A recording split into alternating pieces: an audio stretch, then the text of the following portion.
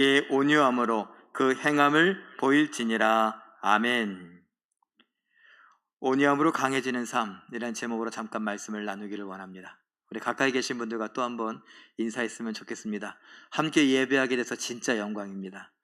함께 예배하게 돼서 진짜 영광입니다. 네.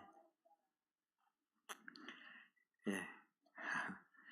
여러분들의 이렇게 웃는 얼굴이 저를 춤추게 만듭니다. 예. 여러분, 이 온유함에 대해서 우리는 잠깐 생각하는데 그림으로 한번 표현해 봤습니다. 온유함 그러면요, 온유함은 친절함 또는 얌전함, 이렇게 번역이 될 수 있습니다. 그 단어가 그래요. 그럼 그 단어는 뭐냐? 그 헬라어 그리스 말로 프라우테스라고 하는데, 이 프라우테스는 통제된 힘이다. 여러분, 우리가 흔히 예전에 혹시 서부 영화 이런 거 좋아하세요?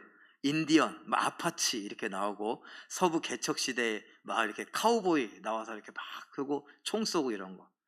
뭐 저는 잘 모르는데 어린 시절에 저희 아버지가 그렇게 보는 거를 또 같이 보니까 더 폼나고 좋더라고요. 자, 그런데 가끔 인디언들이 이렇게 이 사람들과 이렇게 어울려 있으면서 말 한 마리를 잡아와요. 그 야생말을 잡아오는데, 야생말을 막 날뛰는데 그걸 어떻게 타? 못 타요. 그런데 주인공들은 꼭 이렇게 나와갖고 멋있게 또 갈기를 쫙 이렇게 만져주면서 뭔가 이렇게 눈빛을 보고 의사소통을 하는 것처럼 딱 그러더니 말 위에 훌쩍 올라타요. 근데 그 말을 듣더라고요. 그러면서 이렇게 이랴 그러면 그런 대로 잘 따라서 가요.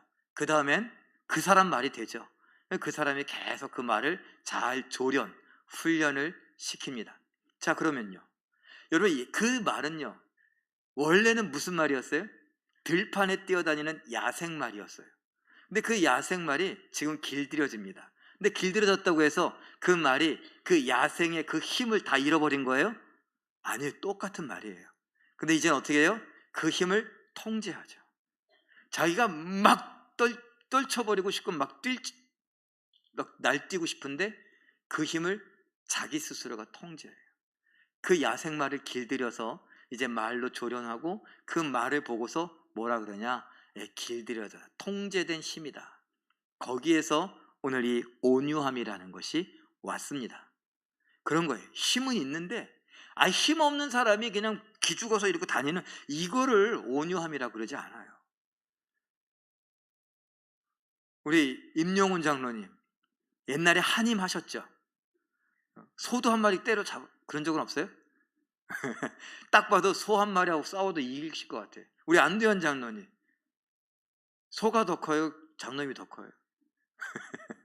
안대현 장로님도 손바닥이 이만해. 진짜 이렇게 저희가 하면 얼굴 다 덮고 막 이럴 것 같아요. 그런데 이런 분들 생각하시면 돼요. 키 크고, 아니면 덩치 크고, 아니면 딱 봐도 힘이 세게 생겨. 딱 봐도 용가리 통뼈같이, 딱 봐도 손목이 막 이렇게 굵으신 분들, 다리통이 굴곡이 없이 그냥 일자로 이렇게 나무통같이 생기신 분들, 힘이 넘칠 것 같은데 그 힘을 안 쓰는 거예요. 쓸 때 쓰죠. 뭔가 이 힘을 써야 될 때 그때 쓰지만, 그런 힘을 갖고서 이러고서 누구한테? 와이프한테.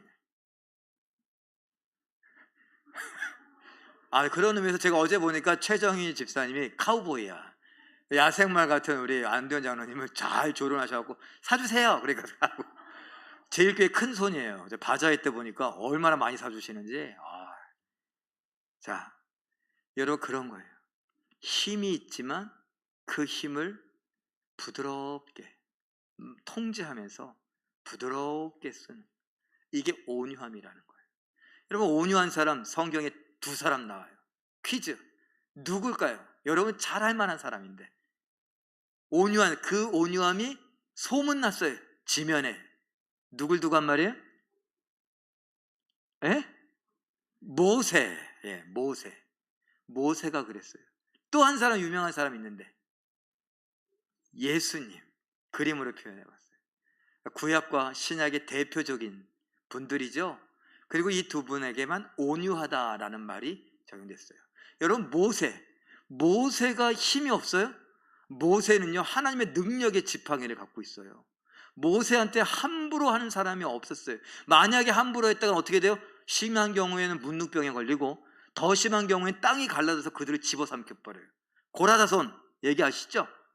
심지어 미리암 누나가 막 너 이렇게 잘못된 막 야단치니까 문둥병이 돌아버렸어요. 이런 하나님이 편들어 주셔갖고 힘이 강력한 이 모세, 그가 지팡이를 휘두르면 이 10가지 재앙이 막 일어나잖아요. 그가 바위를 치면 그 메마른 바위에서 물이 터져 나오잖아요. 뭐 그런 힘을 갖고 있는데 그가 온유하대요. 그러니까 그 힘을 어떻게 한 거예요? 절제하는 거죠. 자기 기분에 따라 화난다고 막 이게 진짜 그러고서 막 그 지팡이를 휘두르지 않는다는 거예요. 제가 그래요. 제가 좀 성격이 급한 편이고 좀 다혈질이고 내성적이다 그러면서 내성의 탈을 쓴 다혈질이에요. 그래갖고 성격이 급하다 보니까 저가 만약에 출애굽할 때 모세다, 그래서 유모세다 만약에 그랬으면은 끝장났어. 이스라엘 백성들 어디서 지금 하나님이 여기 있는데 불평의 불자만 꺼내기만 해봐. 그냥 제가 애들한테 그랬어요. 사춘기에 사자만 꺼내봐. 그냥 어디서 목사 아들이 사춘기가 어딨어. 그러기도 했어요. 그 바람에 둘째가 지금까지 사춘기예요. 자, 여러분 어떠십니까? 모세에게 힘이 있었지만 그는 그렇게 하지 않았다는 거예요. 사람들이 사사건건 시비를 걸고 사사건건 불평했어요. 없는 말까지 지어내서 자기들이 노예였는데 언제 자기들이 저기 애굽 땅에서 고기를 마음대로 먹었다고. 고기가 밟고 지나간 그 국물만 먹었겠지. 그런데 자기 그때가 좋았대. 노예살이 하면서 막 채찍에 맞으면서 막 피라미드 만들고 막 스핑크스 만들고 막 이런 거 할 때 막 진짜 허리가 휘고 막 그냥 다 까지고 상처에 그때가 좋았대요. 이게 말이 되냐고요. 노예에서 건져냈더니 그때가 좋았대. 그런데도 친절해요. 그런데도 부드러워요. 예수님은요, 베드로가 칼을 휘두를 때 야 칼 집어넣어. 그러고서 뭐라고 그랬어요? 내가 지금 12군단도 더 되는 천사들을 내려보낼 수 없는 줄 아느냐? 나에게 그런 힘이 있다. 나는 거예요. 예수님께서 무화과 나무가 이렇게 있는데 열매를 안 맺으니까 이런 열매가 없네? 그 한마디에 그냥 말라버리는 거 보셨잖아요. 생명을 죽이고 살릴 수 있는 힘이 예수님에게 있었다고요. 그런데 예수님 뭐라 그래요? 그런 힘이 있지만 내가 그러지 않는다. 예수님이 나는 온유하니 나에게 와서 배워라. 사람들은 애나 어른이나 여자나 과부나 문둥병자나 유출병자나 부정한 사람들 피해 다니는 사람들도 예수님을 얼마든지 자연스럽게 편안하게 만날 수 있었어요. 여러분도 생각해 보세요. 여러분들이 편안하게 만나서 이야기할 수 있는 분이 누구신가? 그분은 인상이 어떠신가? 아니면 그분은 말씀하시는 말씀의 태도나 아니면 몸가짐은 어떠신가? 거친가? 터프한가? 아니면 싸나운가? 아니면 친절한가? 적어도 나에게 친절하게 대하는 사람, 다른 사람은 모르겠고 나에게 친절하게 대하는 사람에게 내가 가서 이야기도 하고 그 사람하고 만나고 교제하는 것을 좋아하지 않을까요? 여러분 어떻게 생각하세요?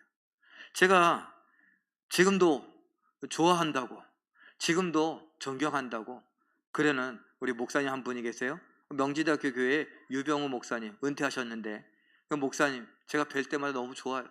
왜 좋을까요? 그분이 저에게 친절하게 대해주셨어요. 제 마음이 너무 어렵고 그럴 때 등을 두드려 주시더라고요. 제가 막 어쩔 줄 모를 때 유 목사, 와 내가 유 목사 설교에 은혜 받았어? 그 말 한마디가 무슨 담임 목사님이 부목사가 설교한다고 무슨 은혜를 그렇게 받겠어요. 그런데 설교 끝나고 나면 꼭 그 말씀을 해주세요. 어느 날은 진짜 은혜 받았어 이렇게 말씀하시더라고요. 근데 그 말씀이 너무 위로가 되는 거 있죠. 제가 그랬잖아요. 어느 날은 심지어 예배 시간에 환상을 봤다니까요. 제가 마음이 너무 어렵고 힘든데 목사님이 강단에 딱 서셔갖고 설교를 하는데 사회자라고 저쪽 옆에 앉아 있었는데 갑자기 천사가 목사님 그 뒤에서부터 쫙 날라와갖고 저에게 날라오더라고요. 그래서 이렇게 막 금가루를 막 뿌려주더라고요. 이게 무슨 견우와 직녀야 아니면 선녀와 남꾼이야. 근데 그런 환상을 볼 정도로 그러고 나니까 마음이 얼마나 시원하고 좋아지는지 제가 생각해 봤어요. 가만히 보니 그 목사님 제가 6개월을 담임 목사님으로 모셨어요. 그런데 참 좋더라고요. 근데 다 그러냐? 아니에요. 얼마나 무서운데요, 그분이. 그 앞에서 제 말도 제대로 못해요. 다른 분들은 다 말도 못하고 그러는데 저는 너무 좋은 거 있죠? 근데 저도 어렵긴 어려워요. 왜? 존중하니까. 어른으로 인정하니까. 그런데 좋아요, 마음이. 저에게 친절히 대해주셔서. 여러분 어떻습니까? 제가 우리 성도들 다 편안하게 교회 다니고 함께 웃기를 바라서 친절하게 하려고 애를 쓰는데 혹시 제가 덜 친절한 것 같다, 저 사람한테 하는 것보다 이 사람한테 하는 것보다 나한테 하는 게 좀 덜 친절한 것 같다 그러면 저한테 카톡 보내주세요. 목사님 왜 나한테는 덜 그래? 뭐 마음 상한 거 있어? 그러면 제가 아니라고 제가 오해를 풀어드릴게요.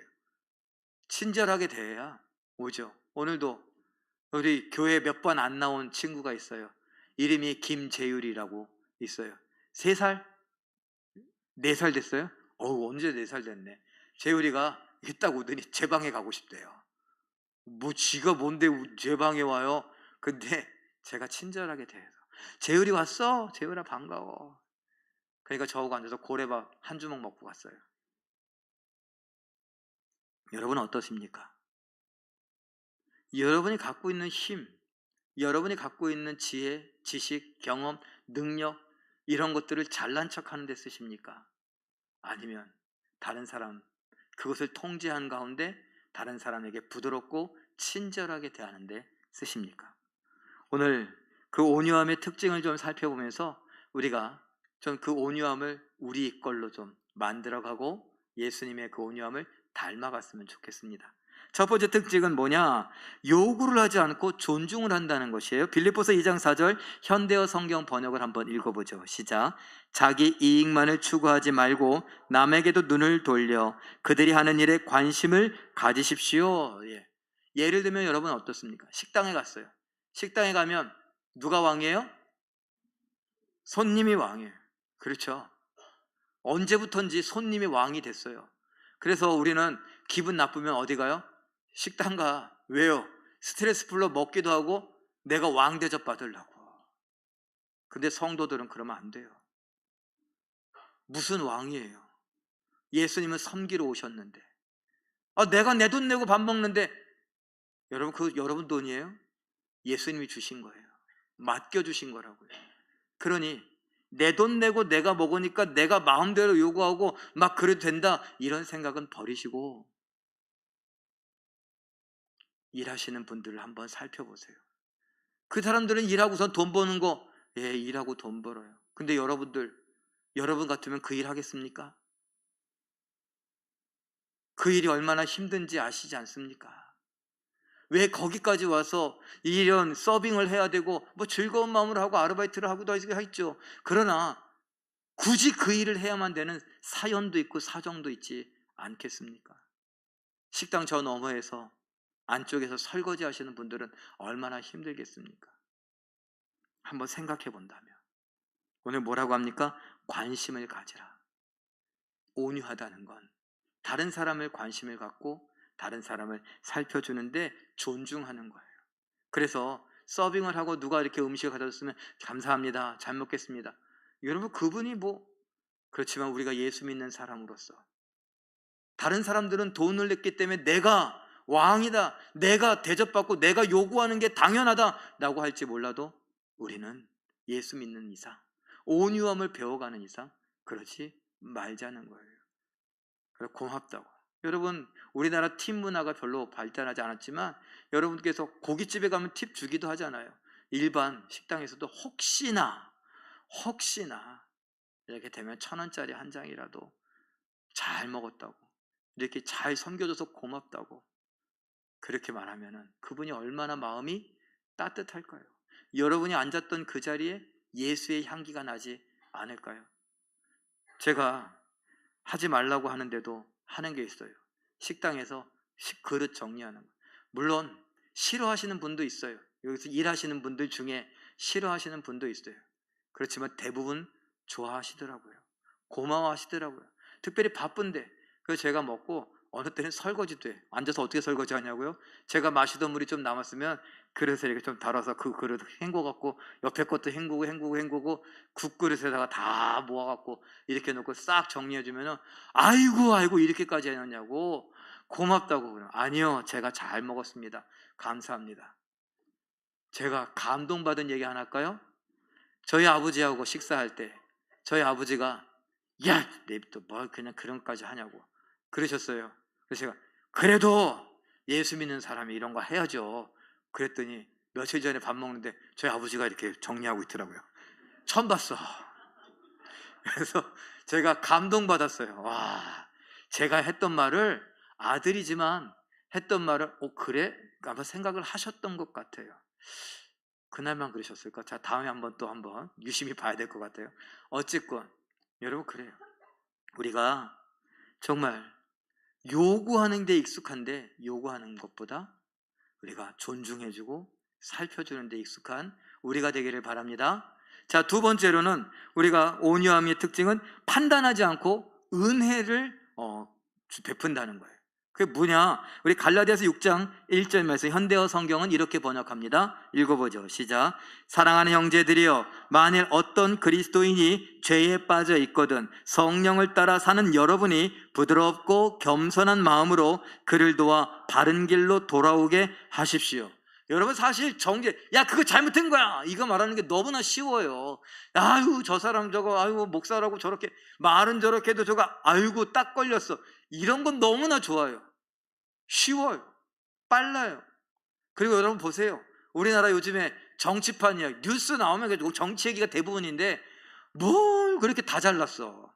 다 잘났는데 왜 이렇게 정치판이 혼란스러워? 그거예요. 서로 판단만 하고 정죄만 했지 이게 은혜가 없어요. 물론 무슨 정치판이 종교 집단도 아니고 무슨 은혜가 있겠냐. 우리의 삶에 거기에 분명히 예수 믿는 사람들도 있을 텐데, 교회 다니는 아무개 장로님도 있고 권사님도 있고 집사님도 있을 텐데 왜 거기만 가면은, 배지만 달면 왜 달라지냐고요. 예수가 세요? 배지가 세요? 그런 거예요. 특별히 교회 안에서 정죄는 쉬워요. 손가락질하는 건 너무나 쉬워요. 그러나 정작 힘든 건요, 그를 참아주고 기다려주고 바른 길로 인도하는 거예요. 얼마나 애를 많이 써야겠어요. 여러분들 자녀들 양육할 때 얼마나 애쓰셨어요. 아이고 그거 사람 만들려고. 여러분들 안 볼 때 우리끼리 그러잖아요. 얼마나 애썼을까. 여러분 그런 것들을 잘 생각해요. 특별히 하나님은 나를 사람 만들려고 얼마나 애쓰셨을까요? 제가 만났던 수많은 사람들, 제가 만난 거 아니라 하나님이 만나게 해주셨어요. 왜? 저를 사람 만들려고. 저희 어머니가 저 군대 가는데 내다도 안 보시더라고요. 그러니까 저게 여기 집이 이쪽 어디에 있을 때에 이렇게 나가는데 다녀올게요. 뭐 학교 가는 것도 아닌데 다녀올게요. 그랬는데 아버지는 또 그날따라 또 웬일인가 또 따라 나오셔. 부담스럽게 따라 나오셔. 그렇게 하는데 어머니는 저쪽에 등 돌리고 앉아서 사람 돼서 하라.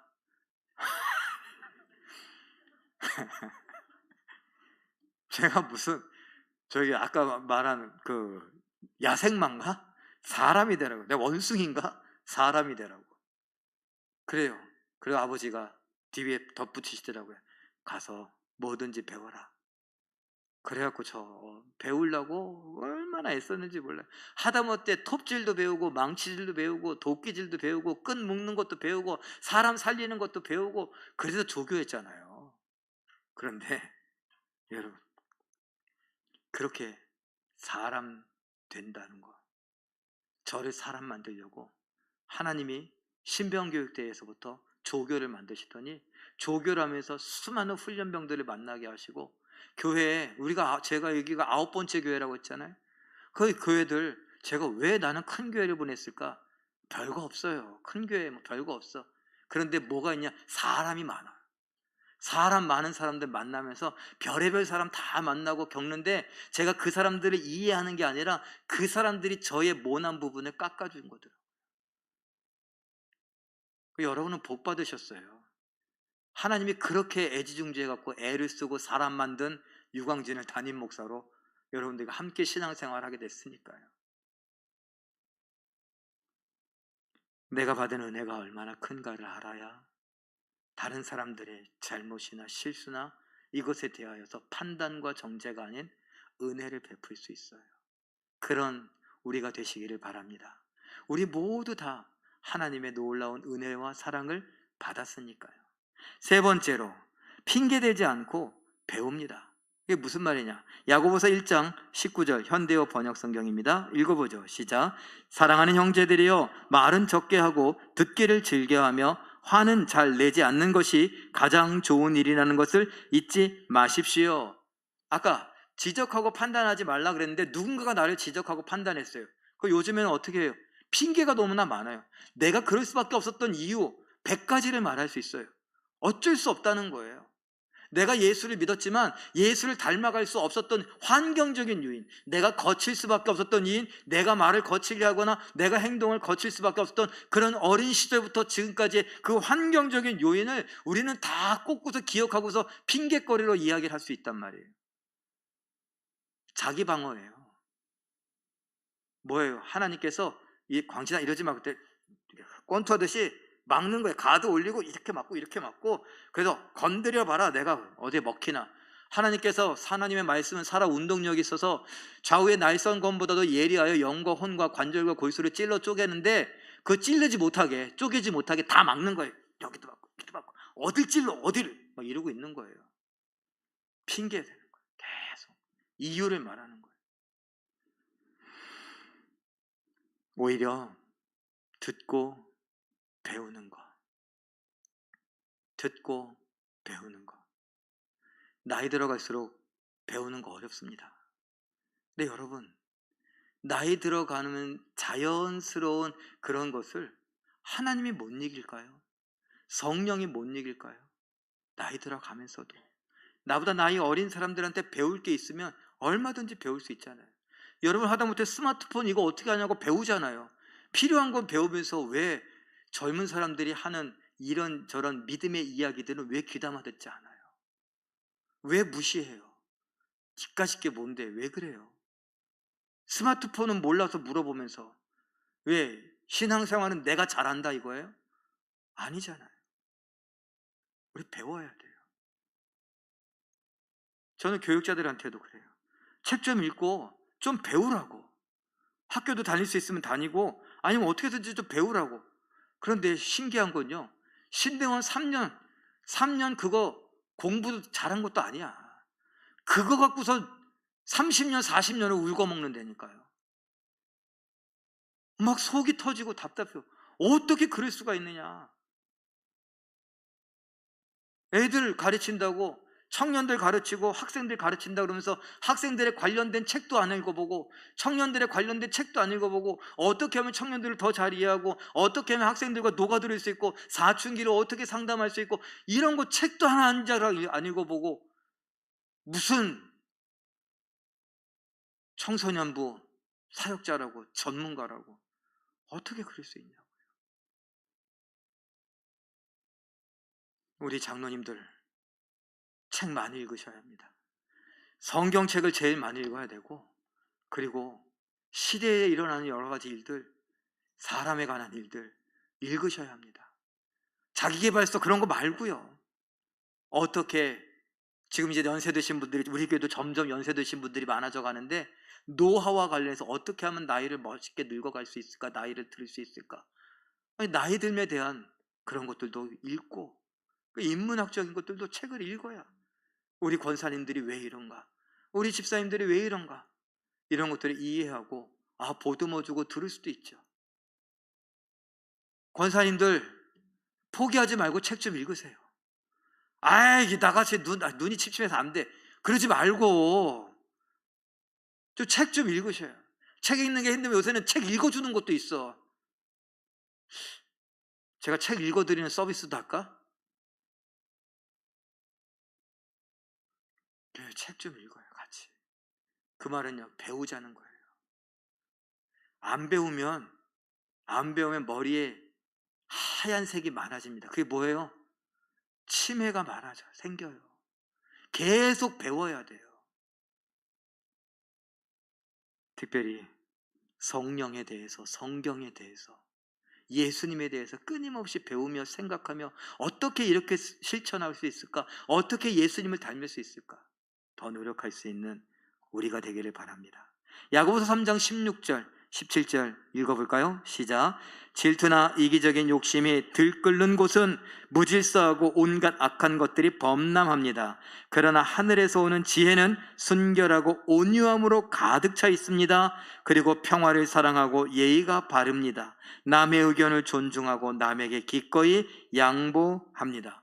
오늘 읽었던 야고보서 3장 13절은 뭐라고 했어요? 지혜의 온유함으로 행함을 보이라. 온유함으로 행하라. 부드럽고 친절하게 다른 사람을 존중하면서 살아가라. 리고렌 목사님이 한 이야기를 한번 읽어볼까요? 시작. 누군가 당신에게 상처를 줄 때 반응하는 사람이 아니라 행동하는 사람이 되십시오. 온유함 속에서 힘이 나옵니다. 그리고 온유함은 보복하지 않으면서 상처를 다룰 수 있는 능력입니다. 보복하지 않으면서 내가 입은 상처를 다룬다. 또 이걸 잘못 읽어갖고 당신에게 상처를 줄 때 반응하는 사람이 행동하는 사람이, 화내지 말고 주먹이 나가라는 게 아니에요. 뭐예요? 내가 온유함을 행하라는 거예요. 온유. 어떤 사람이 그래요. 두 친구가 같이 이렇게 길을 가다가 아침에 만났어요. 근데 아침에 가판대에서 신문을 사요. 신문 한 장 주세요. 안녕하세요. 신문 한 장 주세요. 그랬더니 여기 있어요. 이렇게 주는 거예요. 이 친구가 봤어요. 그런데 그 친구가 사면서 그렇게 무례하게 그랬는데도 아유 오늘 좋은 하루 보내세요. 근데 뭐야? 이것도 들었어. 그런데 이 친구가 너는 여기 가면서 매일 신문 사냐? 나 매일 신문 사. 근데 저 사람 맨날 저러냐? 오늘 기분 나빠서 그런 거냐? 아니면 맨날 그러냐? 맨날 저래. 근데 너는 어떻게 저렇게 친절할 수가 있어? 저 사람이 나를 불편하게 하고 불쾌하게 한다고 해서 내가 마음이 아플 이유가 없지. 저 사람 때문에 내 오늘 하루를 결정짓게 하고 싶지 않아. 내가 결정할 거야. 저 사람이 저렇게 하지만 나는 친절하게 대하면서 오늘 기분 좋은 날을 살 거거든. 여러분, 우리 같으면 어때요? 누군가가 기분 나쁘게 되면 그 사람이 나를 그러다 하루 종일 기분 나빠. 또 우리가 또 마음이 착해갖고 화를 냈다. 화를 낸다면 어떻게 돼요? 화낸 게 속상해. 내가 그걸 왜 못 참아? 막 이러면서 그 사람 때문에 왜 내 하루를 망쳐요? 오늘 그 사람은 지혜롭게 그 사람이 그랬지만 그 사람 때문에 내가 내 하루를 망치고 싶지 않아. 나는 오히려 친절함을 대하면서 그 사람과 상관없이 오늘 좋은 날을 보낼 거야. 한 번 더 읽어보죠. 온유함은 시작. 온유함은 통제된 힘입니다. 사람들에게 반응하는 방법을 자신이 선택하는 것입니다. 온유함은 반응하는 사람이 되는 대신 행동하는 사람이 되기로 선택하는 것입니다. 온유하게 행동하고 친절하게 부드럽게 행동하기로 선택하는 것입니다. 사랑하는 성도 여러분, 우리도 좋은 선택들을 할 수 있길 바랍니다. 여러 가지 환경 속에서 우리는 살아왔어요. 제가 아까 말씀드린 대로 여러분들은 여러 사람들을 만났고 여러 환경에 처했습니다. 그러나 그 환경, 그 사람들은 여러분을 예수님 닮도록 하게 하시는 하나님의 도구들이었다 생각을 하시고, 그 사람들 덕분에 내가 예수님을 조금 더 알아가고 닮아가게 됐다 생각하시며 예수님의 부드러움과 온유함을 닮아가길 바랍니다. 마태복음 11장 29절 30절 읽어보죠. 시작. 나는 마음이 온유하고 겸손하니 나의 멍에를 메고 내게 배우라. 그리하면 너희 마음이 쉼을 얻으리니 이는 내 멍에는 쉽고 내 짐은 가벼움이라 하시니라. 아멘. 예수님을 닮아가고 배워가는 우리 모든 성도님들, 온유하신 분들, 친절하신 분들, 부드러우신 분들 다 되시길 예수님의 이름으로